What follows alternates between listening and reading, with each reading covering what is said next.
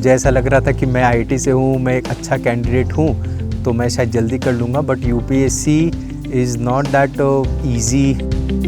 First attempt में मैं 1 number से मेरा प्रीलिम्स ही नहीं हुआ, तो आई हैड दैट सेटबैक पहले ही राउंड में कि मुझे लगा कि इट वाज अनबिलीवेबल, क्योंकि इतने क्लोज आने के बाद अगर नहीं होता है तो अपने ऊपर भी भरोसा कम हो जाता है और लगने लग जाता है कि मैं इस काबिल हूँ भी कि नहीं हूँ। थर्ड अटेम्प्ट के बाद जो प्रीलिम्स था नेक्स्ट राउंड, वो करीबन 20 या 22 कुछ ऐसे दिन में आ रहे थे कि मेरे पास रोने का भी शायद वक्त नहीं मिला मुझे। इस फील्ड में ऐसा सिचुएशन कभी कभी आने लग जाता है जब हमें अपने ऊपर भी हम क्वेश्चन करते हैं और हताश हो जाते हैं हम लोग कि अब कुछ होगा भी कि नहीं होगा। आपको खुद को पहचानना होगा, आपकी स्ट्रेंथ को, आपकी पर्सनालिटी को। मैं कैसा कैंडिडेट हूँ, मैं कितना उस अप्रोच को जस्टिफाई कर सकता हूँ। तो क्या यूपीएससी प्रीलिम्स की कट ऑफ एक्सपेक्टेशंस आपकी रातों की नींद खराब कर रही है? कहीं आप उनमें से तो नहीं जिनका पिछली बारी प्रीलिम्स क्लियर नहीं हुआ था? घबराने की बात नहीं है। स्लीपी क्लासेस आपकी इस मुश्किल को आसान करने वाला है। हम लेके आए हैं संभव prelims crash course on popular demand. दोस्तों, चाहे वो स्टैटिक नॉलेज है या चाहे वो करंट अफेयर्स है, दोनों ही चीजों को कॉम्प्रिहेंसिवली इस क्रैश कोर्स के प्रोग्राम में कवर किया जाएगा, जहां पे डेली लाइव लेक्चर्स रहने वाले हैं। और तो और, अगर आप अपने आप को टेस्ट करना चाहते हैं, कॉन्फिडेंस बूस्ट करना चाहते हैं, तो देर किस बात की, आज ही स्लीपी क्लासेस की प्रीलिम्स टेस्ट सीरीज को ज्वाइन करें। और अगर आपके उसके बावजूद कुछ स्ट्रेटेजिक डाउट्स हैं, कुछ अनकन्वेंशनल डाउट्स हैं, आपको फियर है, एंजाइटी है रिलेटेड टू प्रीलिम्स, तो हम एक प्रीलिम्स का मेंटरशिप प्रोग्राम भी लेके आए हैं।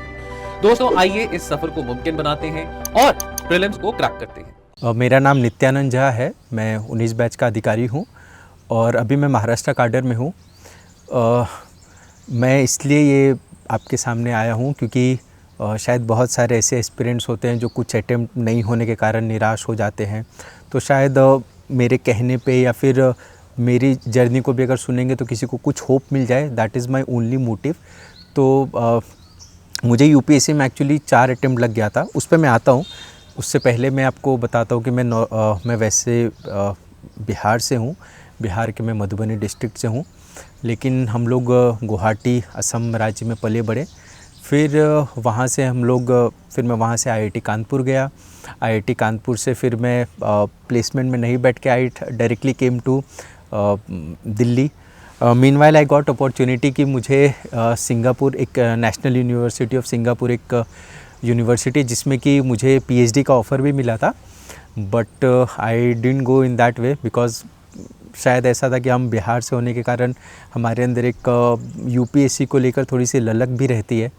तो मैं सारे घर पेरेंट्स के साथ चर्चा करके I straight away went to Delhi. Delhi में आई डिडंट हैव दैट वो बहुत स्मूथ जर्नी बिकॉज मुझे ऐसा लग रहा था कि मैं आईआईटी से हूँ, मैं एक अच्छा कैंडिडेट हूँ, तो मैं शायद जल्दी कर लूँगा, but UPSC is not that मतलब ईजी गोइंग एग्ज़ाम कि आप फटाफट वहाँ पे जाएंगे और तुरंत निकाल लेंगे, या फिर एग्ज़ाम थोड़ी सी क्रिटिकल हो जाती है कभी कभी, जैसे कि मेरे साथ हुआ। तो फर्स्ट अटेम्प्ट में मैं 1 नंबर से मेरा प्रीलिम्स ही नहीं हुआ, तो आई हैड दैट सेटबैक पहले ही राउंड में कि मुझे लगा कि लाइक इट वाज अनबिलीवेबल कि मैं सब कुछ अच्छे से तैयारी भी किया था। मुझे ऐसा लग रहा था कि मैं ठीक ठाक तैयारी कर चुका हूँ, अब हो जाना चाहिए प्रीलिम्स, बट 1 नंबर से आई स्टिल रिमेंबर कि 107 कट ऑफ गया था एंड आई गॉट 106, तो it was very unfortunate. So फिर अगेन कुछ टाइम ब्रेक लेने के बाद I again started preparation. Second attempt में I gave prelims, I qualified, फिर मेंस भी क्वालिफाई किया, आई गेव इंटरव्यू। अनफॉर्चुनेटली मैं 15 नंबर से मेरा सिलेक्शन नहीं हुआ, 15 या 14, I don't remember, I think it was 14। तो 14 मार्क्स से मुझे फाइनल सिलेक्शन नहीं हुआ। तो अगेन मतलब वही चीज़ रिपीट हो गया फिर से, बस थोड़ा सा ये हुआ कि चलो इस बार मैं आगे पहुंचा, बट लास्ट स्टेज तक जब आप पहुँच जाते हैं तो आपको और दुख होता है कि थोड़े से कारण रह गया, कुछ भी मिल जाता सर्विस।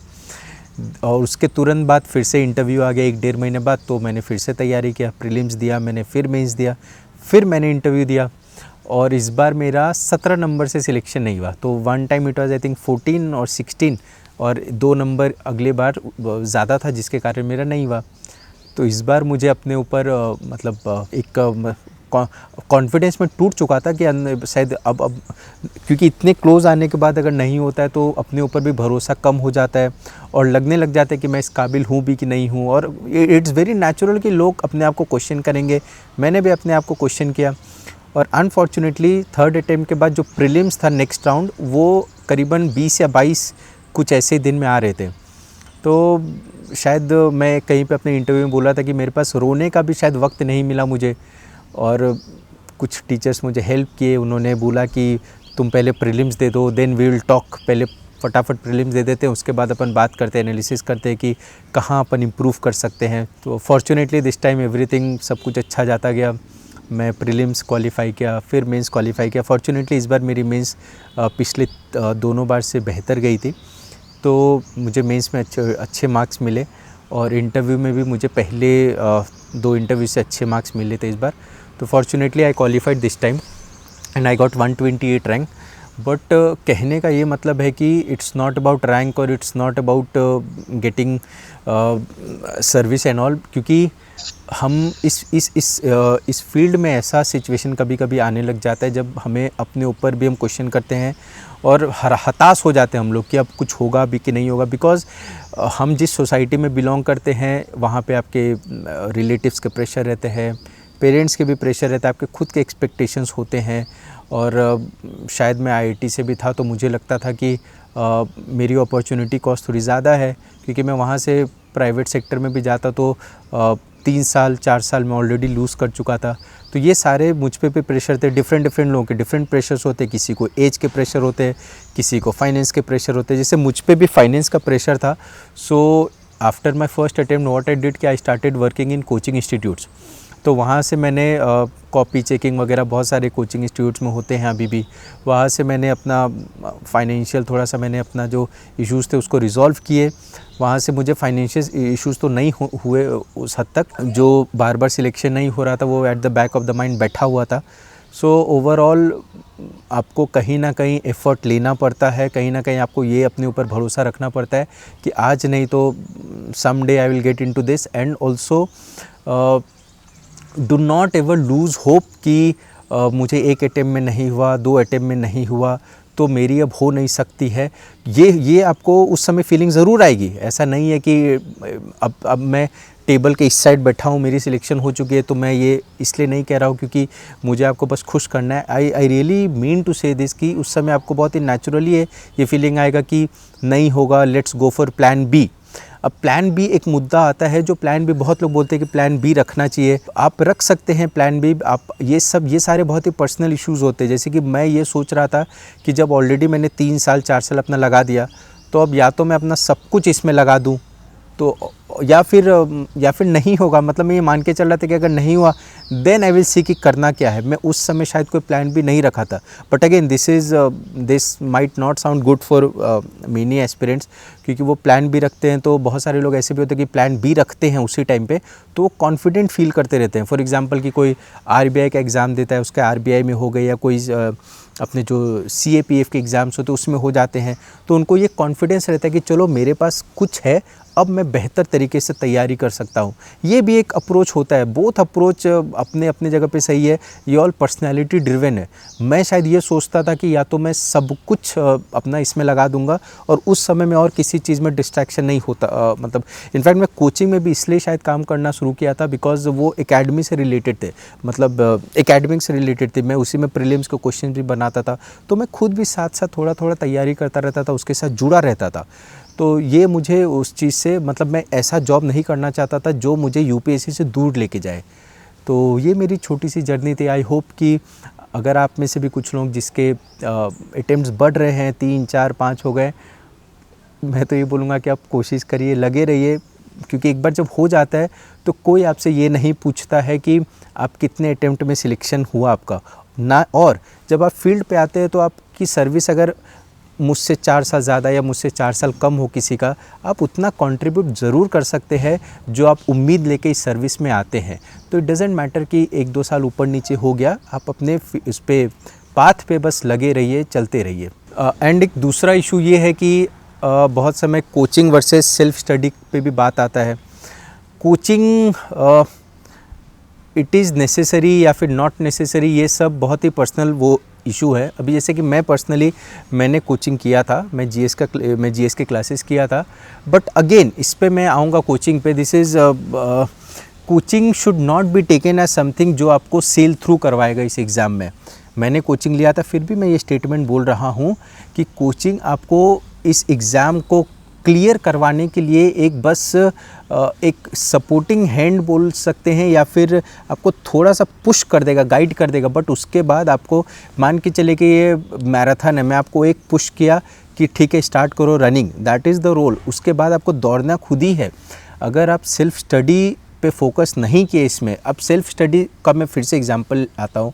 सपोज़ आपको कोचिंग ने बता दिया कि मैं इंडियन सोसाइटी का एग्जांपल लेता हूँ कि कास्ट सिस्टम ये है, उसने बता दिया आपको, आपने सीख भी लिया कि ठीक है ये है, हिस्ट्री में ऐसे ऐसे कास्ट सिस्टम इवॉल्व हुए, लेकिन आप उसके बाद कोचिंग छोड़ देंगे क्योंकि कोचिंग 8 से 9 महीने का होता है। उसके बाद अगर आप अपने आप को अपडेट नहीं किए करेंट कंटेम्प्रेरी सिचुएशन से कि आज के डेट पे क्या चल रहा है, तो वो कोचिंग आपको नहीं बताएगा। और आंसर में आपको लिखना वही है कि आज के डेट पे क्या चल रहा है, बिकॉज तभी आप रिलेवेंट रहेंगे आंसर में।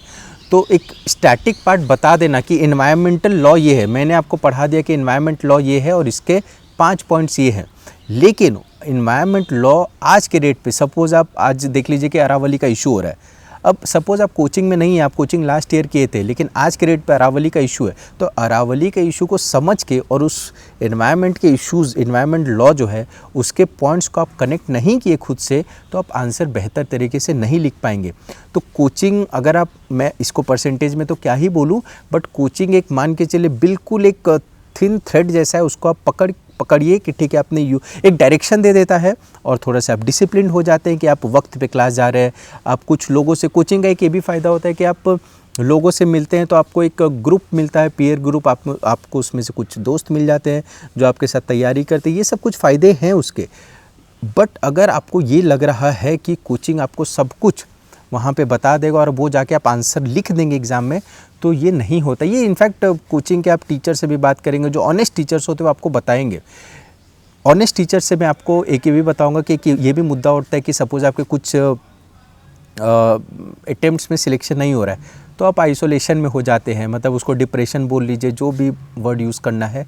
ये फेस शायद मेरे साथ भी हुआ, लेकिन मेरे साथ एक टीचर थे डॉक्टर खान सर, मैं सर को जाके बताता था मेरे सारे इश्यूज़ कि सर मैं ऑलमोस्ट टूट चुका हूँ। तो बट कुछ आप ऐसे लोगों से ज़रूर कांटेक्ट में रहिए जिसको देख के आपको बहुत ही पॉजिटिव फीलिंग आती है, जो आपको कभी भी टूटने ना दे।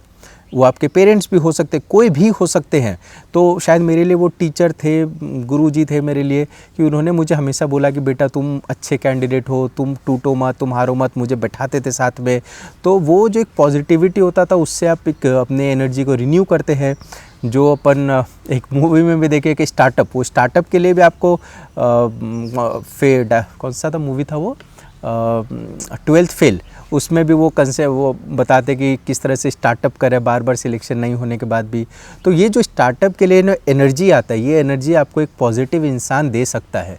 तो आप कोशिश करिए कि उस इंसान को ढूंढिए, उस दोस्त को ढूंढिए जो आपको मोटिवेट करके रख सके। जी, जब आप गिर रहे हैं तो आपको मदद करे। मेरे दोस्त भी ऐसे थे, मेरे साथ एक दो दोस्त थे जो मुझे बताते थे कि तुम अच्छे कैंडिडेट हो, तुम बहुत क्लोज पहुंच रहे हो, एक और पुश अपन कोशिश करते हैं। मेरे साथ वो भी तैयारी करते थे, तो हम सब में से काफ़ी लोगों का हुआ भी सिलेक्शन बाद में।